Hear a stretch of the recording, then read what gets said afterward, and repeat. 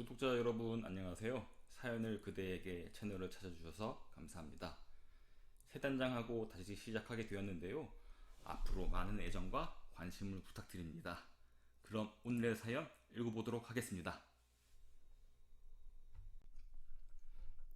안녕하신가요? 저는 경기도에서 요양보호사로 일하고 있는 평범한 50대 여자입니다. 여러 채널의 사연을 듣다 보니 저보다 고생 많이 한 분들이 참 많던데요. 그렇다고 제 사연이 보편적이진 않답니다. 제가 들려드릴 이야기는 슬프고도 기가 막힌 큰 사건인데요. 사연의 큰 축을 이루는 건 역시나 남편입니다. 얼마나 쓰레기 같은 놈인지 들어주시고 제 마음을 위로해 주시고 보듬어 주시길 두 손 모아 부탁드립니다. 그럼 사연을 적어볼 테니 부디 꼭 끝까지 들어주세요. 가난한 집안에서 태어난 저는 땅부잣집 아들인 남편을 만나 결혼하게 되었습니다. 제 나이 23살일 때였죠. 그이와 저는 10살의 나이 차이가 나는데요. 처음엔 이렇게 늙은 남자와 결혼을 꼭 해야 하나 싶었지만 저희 부모님이 집안의 보탬이 되려면 무조건 남편과 결혼해야 한다며 등 떠밀었고, 가난한 저로서는 조건 좋은 남편에게 시집가는 게 최선이었답니다. 그래서 전 그이와 결혼하게 되었고 시댁으로 들어가 시집살이를 시작하게 되었답니다. 다행히 시부모님이 마음씨가 따뜻한 분들이셔서 몸은 힘들지만 마음의 상처를 입은 적은 거의 없었답니다. 그렇게 3년의 세월이 흐른 뒤 시부모님들이 그토록 바라던 아들을 낳게 되면서 제 위상은 더 높아졌어요. 그리고 좋은 일만 계속 일어날 줄 알았답니다. 하지만 얼마 뒤 저희 친형아빠가 풍으로 쓰러지게 되셨고 오랜 기간을 병원에 입원하셔야 했어요. 가난했던 저희 친정에서는 돈 나올 구멍이 없어 모두 발을 동동 구르며 여기저기서 병원비를 빌리려고 했는데 아무도 손을 내밀어 주지 않았답니다. 그래서 저는 시부모님께 어려운 부탁을 하기로 결정했고 긴장한 얼굴로 말문을 열었습니다. 아버님, 어머님, 저희 친정아빠가 풍으로 쓰러지셨다는 말씀을 드렸었죠? 그런데 저희 집안에서는 아무도 병원비를 충당할 만한 사람이 없어요. 돈 빌리려고 이곳저곳 알아봤는데도 돈을 구하지 못했어요. 그래서 말인데 아버님, 어머님이 도와주시면 안 될까요? 이런 말씀드려서 송구합니다. 저는 사시나무 떠듯이 부탁의 말씀을 드리자 시아버지께서 온화한 목소리로 대답해 주셨답니다. 에이구 아가, 그런 일이 있었으며 진작 말을 하지 그랬니? 당연히 우리가 도와드려야지. 새끼가 그동안 얼마나 힘들었으면 얼굴이 반쪽이 됐네. 앞으로는 걱정 말거라. 그래, 우리가 도와드려야지. 사실 우리도 새끼 너한테 먼저 도와줘도 되느냐고 물어보려고 했는데 네가 자존심이라도 상할까봐 고민하고 있었어. 여하튼 아버님이 쾌차하실 때까지 우리가 병원비를 지원해 드릴 테니 걱정 말거라. 그렇게 시부모님은 저에게 감동의 말씀을 전해주셨고 그제야 큰 걱정을 덜게 된 저는 눈물을 떨어뜨리며 감사의 인사를 드렸습니다. 아버님, 어머님, 너무 감사해요. 두 분이 저희 아빠와 식구들을 살려주신 거예요. 만약 두 분이 병원비를 마련해주지 않았더라면 저희 집안은 풍비박산이 났을 거예요. 아버님, 어머님, 앞으로 제가 더 잘할게요. 정말 정말 고맙습니다. 그러자 시부모님은 그만 울고 병원에 가서 친정아빠를 돌봐드리라며 병원비와 차비를 주셨고 저는 감사함을 가지고 시댁에서 나오게 되었답니다. 그리고 병원에 가자마자 밀렸던 병원비를 지불하고 나머지 병원비도 드릴 수 있다고 전하며 아빠를 계속 입원시켜도 된다는 말을 가족들에게 알렸어요. 그러자 친정엄마는 저에게 시집을 너무 잘 갔다며 세상에 그렇게 훌륭한 분들이 또 있겠느냐면서 기쁨의 목소리를 높이셨어요. 저희 오빠들도 고맙다고 하면서 한편으로는 아들이 되어 도움이 되지 못해 미안하다고 사과했습니다. 그래서 전 처자식 있는 가장들이 돈이 어디 있겠느냐며 괜한 사과는 하지 말라고 일러주었어요. 그렇게 수술을 받으시고 한동안 병원에 입원하신 친정아빠는 몸 상태가 좋아져 집으로 돌아가시게 되었어요. 거동이 약간 불편하긴 했지만 일상생활을 할 수 있을 만큼 회복을 하게 되셨답니다. 그래서 저는 한시름 놓게 되었고 그동안 제대로 못했던 며느리 노릇을 톡톡히 할 생각으로 시댁에 돌아갔어요. 역시나 인품이 훌륭하신 시부모님은 제 아들이자 당신들의 손자를 잘 돌봐주고 계셨고 제가 신경 쓰지 않아도 될 만큼 살림이 아주 잘 되어 있었답니다. 더불어 시부모님은 저에게 친정아빠 병간호 때문에 힘들었을 거라며 집안일을 거의 시키지 않으셨어요. 물론 말씀대로 쉬거나 놀지는 않았지만 시부모님의 좋은 말씀을 들으며 시집살이를 이어가게 되었습니다. 그러던 어느 날이었어요. 늘 건강하시던 시아버지께서 소화가 안 된다며 병원을 찾으셨는데 의사 선생님이 대학병원에 가서 조직 검사를 받아야 할 것 같다고 알려서 심장이 내려앉았답니다. 저는 걱정되는 마음에 혼자 가시겠다는 시아버지의 고집을 꺾고 같이 큰 병원으로 가게 되었어요. 그리고 시아버지는 조직 검사와 피 검사, 그리고 소변 검사까지 모두 마치고 3시간 뒤에 결과가 나온다는 의사 선생님 말에 안절부절 못하며 기다리게 되었어요. 시아버지는 별일 없을 거라고 하셨지만 저는 걱정이 되었어요. 아무래도 연세도 있으시고 요즘 통 식사를 제대로 하신 적이 별로 없으셨거든요. 여하튼 저는 두 손을 모으고 시아버지께 아무 일도 없게 해달라고 소원을 빌며 결과를 기다렸답니다. 하지만 제 소원은 이루어지지 않았어요. 의사 선생님의 청천벽력 같은 말씀은 저를 그 자리에 주저앉게 만들었답니다. 한없이 다정하고 상냥하신 시아버지가 대장암 말기라며 암이 온몸에 퍼진 상태라 항암 치료를 해도 소용이 없을 거라고 알려주시는 겁니다. 저는 눈물을 흘리며 믿을 수 없다고 했지만 의사 선생님은 단호했고 시아버지도 이미 마음의 준비를 하셨는지 크게 놀라지도 슬퍼하시지도 않으셨답니다. 이에 저는 제가 할 수 있는 일은 모두 하기로 했어요. 시아버지가 세상을 떠나실 때까지 편안하고 웃게 해드리고 싶었답니다. 아버님, 누워만 계셔서 몸이 쑤시죠? 제가 안마 좀 해드릴게요. 아이고 새아가 매일 이렇게 고생해주면 내가 미안해서 어쩌냐? 미안하긴요. 저 아버님 자식이잖아요. 그러니까 괜한 마음 가지지 마시고 받기만 하세요. 저는 시아버지의 팔과 다리를 주물러 드리며 트로트를 불러드렸어요. 제가 음치라서 크게 부르지는 못하고 소곤대듯이 불러드렸답니다. 그럼 시아버지도 따라 부르시면서 배시시 미소를 지으셨고 아픈 걸 잊은 듯한 밝은 표정으로 잠이 드셨답니다. 한편 남편은 시아버지가 아프신 와중에도 회사에만 올인하고 있었어요. 제가 일을 좀 미루고 시아버지와 시간을 많이 보내라고 이야기해봤는데 바로 거절하더라고요. 나도 당신처럼 집에만 있으면 100번이라도 그렇게 해드리지. 아들이 아버지 가시기 전에 효도하고 싶은 건 당연한 거 아니야? 그런데 회사 일이 나 없으면 돌아가지 않는다고. 대표가 자리를 하루만 비워도 매출이 떨어진단 말이야. 직원들 월급 챙겨주려면 계속 이렇게 지내야 해. 그리고 아버지도 날 이해하실 거야. 당신도 회사를 운영해봤으니 내 마음을 아주 잘 알고 계실 거라고. 아무리 그래도 그렇지 매일 아버님이 주무실 때만 들어와서 빼꼼 확인만 하는 게 말이나 돼? 회사를 쉬지 못하면 최소한 아버님이랑 저녁이라도 같이 해야 하는 거 아니야? 이 사람아, 밥 먹을 시간도 부족할 만큼 바쁘다고. 당신이 고생하는 걸 알겠는데 잔소리 좀 그만해. 그렇게 힘들면 간병인 붙여드릴 테니까 당신도 나가서 놀다가 들어와. 지금 내가 힘들다고 이러는 게 아니잖아. 아버님은 나한테 친아빠만큼이나 소중한 분이라고. 그이는 더는 제 말을 대꾸하지 않고 입으로 뒤집어 쓰며 대화를 거부했습니다.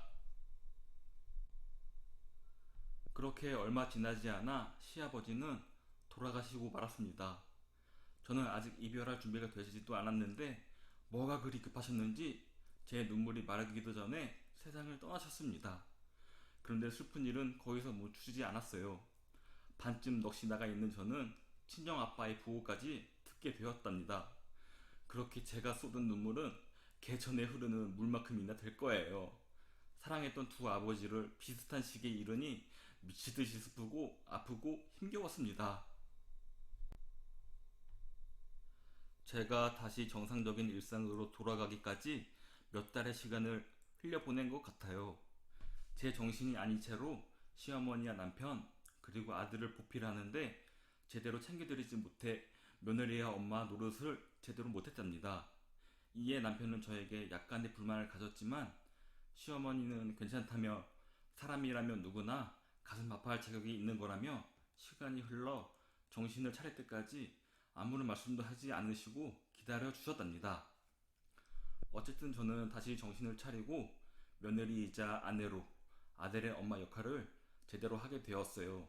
전업주부인데도 할 일이 그렇게 많으니 정신없는 하루하루가 이어졌답니다. 다행히 그 후로 집안에 큰일은 생기지 않았어요. 시어머니와 남편도 친정엄마도 무척이나 건강하셨답니다. 돌이켜 생각해보면 정말이지 건강이 최고라는 말이 우리네 인생에서 최고의 명언 같아요. 몸이 아프면 삶을 제대로 누리지 못하고 누워만 있으니까요.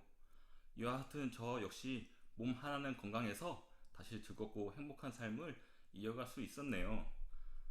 강산이 한번 바뀌도록 제 인생은 톱니바퀴처럼 흘러갔어요.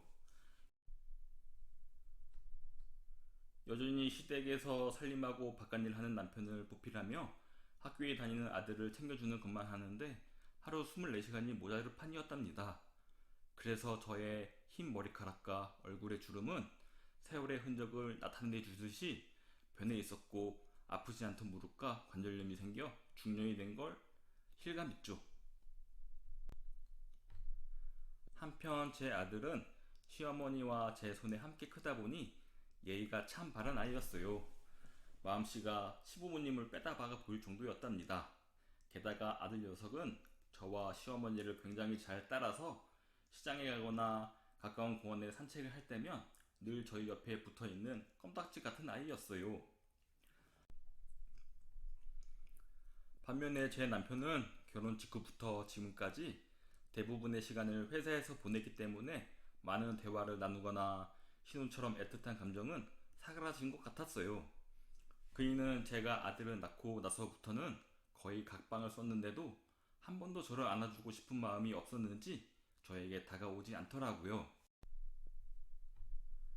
그래도 행복한 순간은 많았기 때문에 저의 시집살이는 남들과 다르다고 생각했고 저의 친정을 여러 번 도와주신 돌아가신 시아버지와 지금까지 함께 지내고 있는 시어머니께 늘 감사하며 지냈습니다.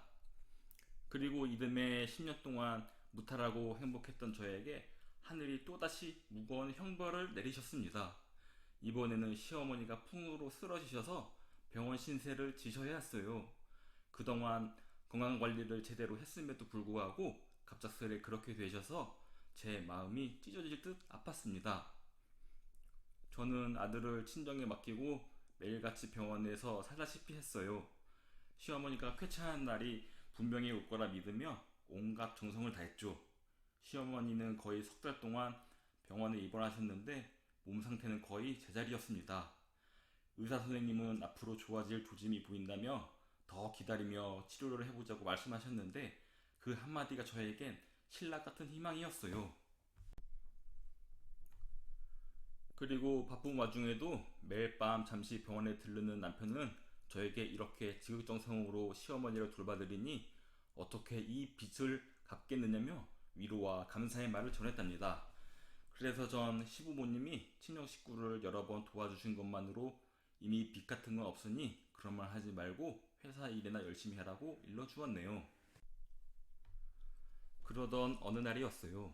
여느 때처럼 남편이 시어머니가 계신 병실에 들렀다가 잠시 전화 통화를 하고 오겠다며 자리를 비웠는데 잠시 후 저 역시 화장실이 가고 싶어 병실을 나왔어요. 그리고 여자 화장실을 들어서려는데 남자 화장실에서 그이가 통화하는 소리가 새어 나오더라고요. 보통 날이면 회사 사람과 통화하겠거니 생각하고 지나칠 텐데 그날은 남편의 통화 내용이 궁금하더라고요. 그이가 핸드폰에 대고 자기야 라고 말했기 때문이었죠. 그래서 전 귀를 기울였답니다. 자기야, 나도 보고 싶지. 당연히 사랑하고 말고. 지금 병원이야. 우리 엄마 지금 오늘 내일 하고 있다고 말했잖아. 아무래도 얼마 못 사실 것 같아. 응? 마누라? 내 마누라야. 공 같은 여자라. 우리 사이를 아직 모르지. 지금도 미련하게 우리 엄마 시중 누느라 연연임이 없어. 내가 밖에서 무슨 짓을 하고 돌아다니는지 알 길이 없다니까. 그리고 내가 조만간 우리 관계기를 말하고 이혼 도장 찍도록 할게. 알았어. 사랑해. 충격이었어요. 제 남편이 무뚝뚝한 면이 있긴 하지만 시부모님의 이성을 그대로 물려받았다면 멀쩡한 아내를 두고 바람을 피우지 않았을 테니까요. 그런데 그이는 단순한 바람도 아니었고 저와 이혼까지 생각하고 있었기에 두 배로 충격이 커졌답니다. 물론 배신감과 분노가 차올랐지만 당장 화부터 내는 건 섣부른 일이었어요. 병실에 누워 계신 시어머니를 보필하는 게 저의 가장 큰 일이었으니까요. 그래서 당분간은 모른 척하고 남편을 대하기로 마음먹었고 나중에 시어머니가 쾌차하시면 말을 꺼내 바로 잡아야겠다고 판단했답니다. 시어머니는 몸이 좋아지실만 하면 다시 나빠지시기를 반복했어요. 제가 아무리 간병을 열심히 한다 해도 환자에 살겠다는 의지가 강해야 했는데 시어머니는 저와 남편 그리고 손주가 잘 지내고 있으니 눈을 감아도 여한이 없다고 습관처럼 말씀하시며 시아버지 곁에 갈 날이 얼마 안 남았다고 제 속을 아프게 하셨답니다. 그럴 때마다 저는 무조건 건강해져서 당신의 손주가 결혼하는 것까지 다 보시고 떠나시라고 볼멘 소리를 늘어놓았어요. 그럼 시어머니는 그렇게 오래 살 수가 있겠느냐며 저에게 짐이 되기 싫어 빨리 떠나겠다는 모진 대답을 하셨네요. 그렇게 말이 씨가 되었는지 시어머니는 두 달의 시간이 지나자 심정지로 이승을 떠나셨습니다. 그때 시어머니의 얼굴은 온화하게 웃고 계셨는데 얼마나 행복해 보이던지 질투까지 나더라고요. 결국 저에게 엄마보다 친자처럼 대해준 시어머니를 하늘로 올려드렸습니다. 그때 제 가슴이 얼마나 아프고 쓰라리던지 지금껏 살며 가장 큰 일을 당한 기분이었어요. 그렇게 저와 남편은 시어머니의 장례를 치르고 새 식구의 삶을 다시 살게 되었답니다. 전 그이가 바람을 아직도 피우는지 모르고 있어 그 이야기는 나중으로 미루고 싶었어요. 시어머니를 가슴에 담아두고 당신의 아들과 다투고 싶지 않았으니까요. 하지만 시어머니가 돌아가신 지 일주일이 지나자 남편이 저에게 먼저 말을 꺼내더군요. 여보, 밥은 먹었어? 잠깐 얘기 좀 할까? 무슨 얘기? 그냥 이런저런 이야기 좀 하자고. 저는 덜컥 겁이 났습니다. 그의 목소리가 얼마나 차갑게 들리던지 다음에 들을 이야기가 어떤 내용인지 듣지 않아도 알 것 같았답니다. 당신이 그동안 돌아가신 우리 부모님한테 잘해준 거 정말 고마워. 엄마 가시는 날까지 곁에서 돌봐준 것도 그렇고 당신 같은 아내와 살았다는 게 믿어지지 않을 정도라니까. 당신 덕분에 아버지와 엄마가 저승에 편히 가셨을 거야. 나보다 더 자식같이 대해줘서 더할 나위 없어. 고맙긴. 아버님 어머님이 우리 친정을 좀 많이 도와주셨어? 그리고 나를 친자처럼 여겨주셨는데 당연히 자식된 놀이를 해야지. 아직 두 분이 우리 곁에 계신 것 같아. 우리가 어떻게 사는지 지켜보고 계신 것 같다고. 아무래도 내가 아직도 시부모님께 남아있는 빚이 있는 것 같아 그런가 봐. 마음이 편치 않아. 으이구, 그런 말 마라. 당신은 그 어떤 며느리보다 훌륭하고 완벽했으니까 마음의 짐을 덜고 새롭게 출발해. 저는 다른 이야기를 하지 않아 다행이다 싶었습니다. 그이가 바람을 피웠었지만 지금은 제자리로 돌아왔을 거라는 생각이 들었답니다. 하지만 남편의 이어지는 말은 저를 미치도록 서글프게 만들었어요. 여보, 지금 이런 말 하기 미안한데 나 사실 여자가 있었어. 그것도 아주 오래전부터. 그 여자 마음을 접고 가정을 지키려고 노력해봤는데 도저히 안 되겠더라고. 제 몸은 사시나무처럼 떨려왔어요. 그리고 달라붙어 있는 입술을 떼어내며 겨우 대답했답니다. 알고 있었어. 병원에서 여자랑 통화하는 거 들었어. 내가 시어머니 간병을 하고 있는데 당신은 상간녀한테 언제 이혼하겠다고 말하고 있더라? 그 와중에 바람을 피우고 있을 거라고는 상상도 못했는데 당신 너무해. 그래? 다 알고 있었어? 그럼 대화가 더 쉬워지겠는데? 우리 이혼하자. 당신에게 보상 당신에게 보상은 철저하게 해줄 테니까 당신도 이제 당신 인생을 살아. 어차피 나랑 살아봤자 여기서 살림밖에 더 하겠어? 나 이혼해서 받을 위자료로 여행이나 하면서 여유롭게 살아. 응? 그이는 이 상황에서 씩 웃었습니다. 정말 화가 나더군요. 꼭 나를 위해서 이혼해준다는 말처럼 들리네? 당신 진짜 웃긴다. 내가 어머님 시중 둘 때는 가만히 있다가 어머님 돌아가시자마자 이혼하자는 거야? 이제 내가 쓸모가 없어져서? 에이, 무슨 말을 그렇게 해? 당신이 나보다 엄마랑 가까우니까 쉽게 말하지 못한 거야. 여러 번 말할 기회를 엿봤지만 아픈 엄마한테 충격을 줄 것 같았어. 그리고 당신도 그런 말을 들을 상황이 아니었잖아. 그래서 미루고 미루다 이제와 고백하는 거야. 여보, 내가 위자료는 달라는 대로 다 줄게. 양육비도 모자라지 않게 줄 테니까 아들하고 둘이 새롭게 시작하도록 해. 재혼을 해도 좋고. 그 말은 즉슨 저만 버리겠다는 게 아니라 자식까지 버리겠다는 뜻으로 들렸어요. 아들도 안 보고 살려고? 허, 어이가 없고 기가 막힌다. 내가 누구 좋으라고 이혼을 해줘? 난 당신이랑 상간녀랑 짝짝꿍하고 사는 꼴은 죽어도 못 보니까 그냥 불륜남으로 살아. 우리 아들한테도 다 말해줄 거야.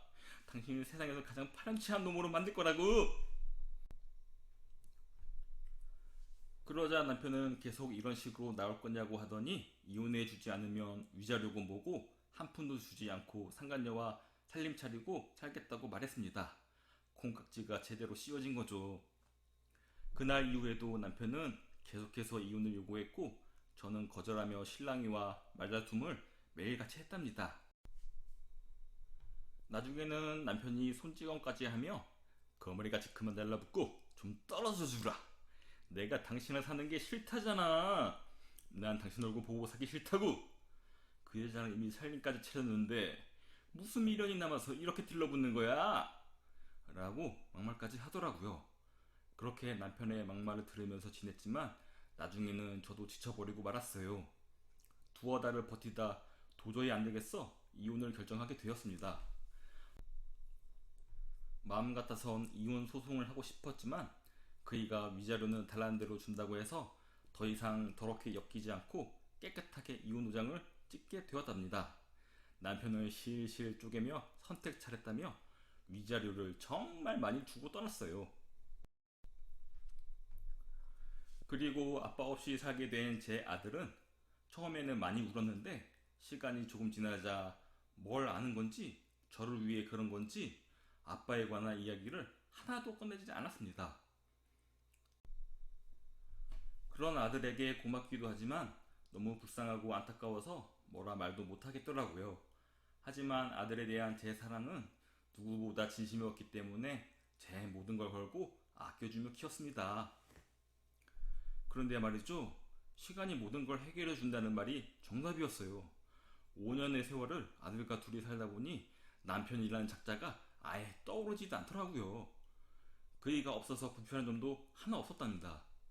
중학생이 된 아들은 여태껏 제 앞에서 아빠의 짜도 꺼내지 않았고 효심 깊고 공부도 잘하고 착하디 착하게 잘 성장해 갔어요. 저는 지난 5년 동안 일을 하기 위해 요양보호사 자격증을 따서 한 요양원에서 꾸준히 일하고 있었습니다. 제가 이 일을 선택한 이유는 친정아빠와 시부모님이 떠나시기 전에 좀 더 잘해드릴 걸 하는 마음이 커서였어요. 요양원에 계시는 어르신들은 대부분 자식들이 거의 찾아오지 않아서 제가 딸 역할을 할 수 있어 참 좋기도 했답니다. 그런데 이듬해 노인들의 몸을 돌보느라 제 몸을 제대로 돌보지 못했는지 건강이 많이 약해졌어요.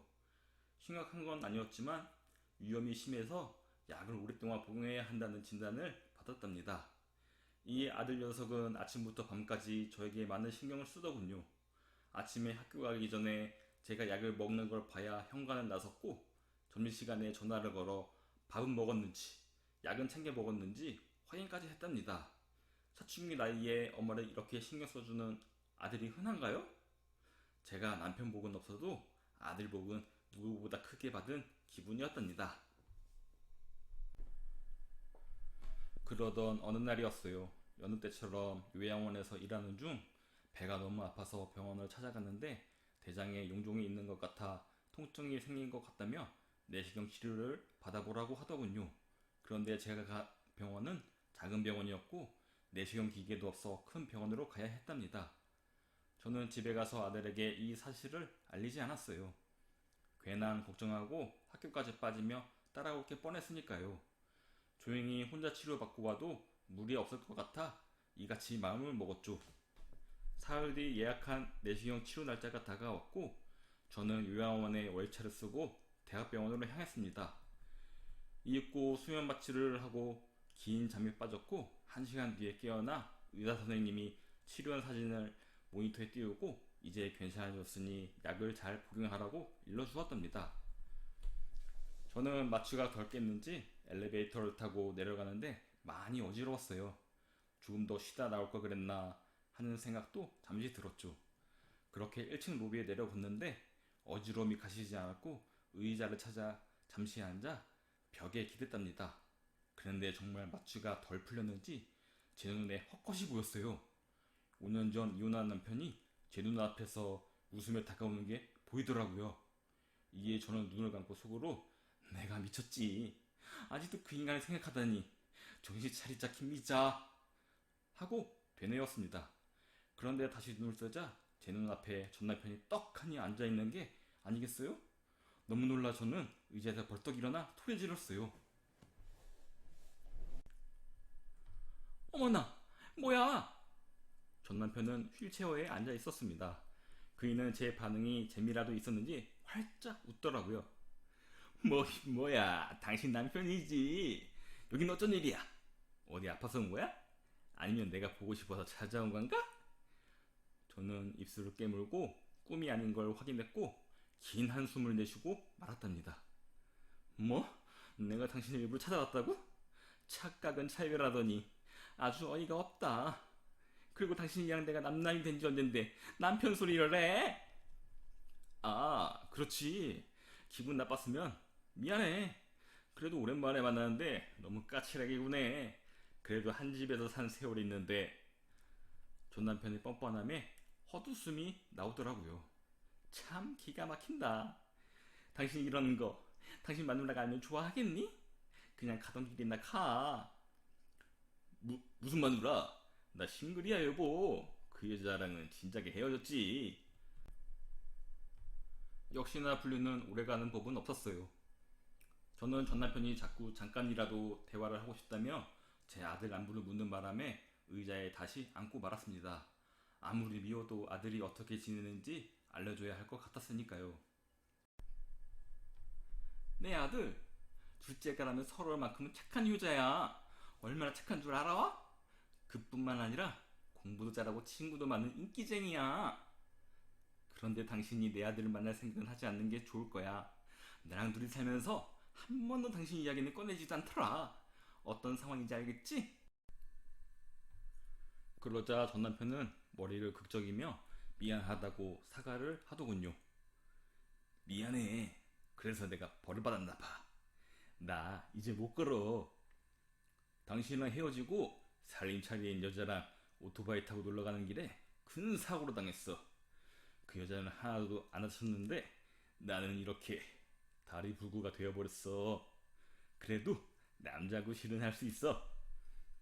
그 순간 저는 이상하게 기분이 좋았습니다. 불구가 되었다는 사람을 앞에 두고 그런 생각을 하면 안 되지만 저도 모르게 통쾌하더라고요. 찰났다 찰났어. 남자구실? 조강지쳐 버리고 떠나더니 이런 꼴로 내 앞에 나타나냐? 그 상하녀는 당신이 이 꼴 나서 도망간 거지? 안 봐도 비디오다. 어떻게 알았어? 당신 쪽집게네? 뭐가 그리 좋은지 실실 웃는데 정말 한심하게 짝이 없더라고요.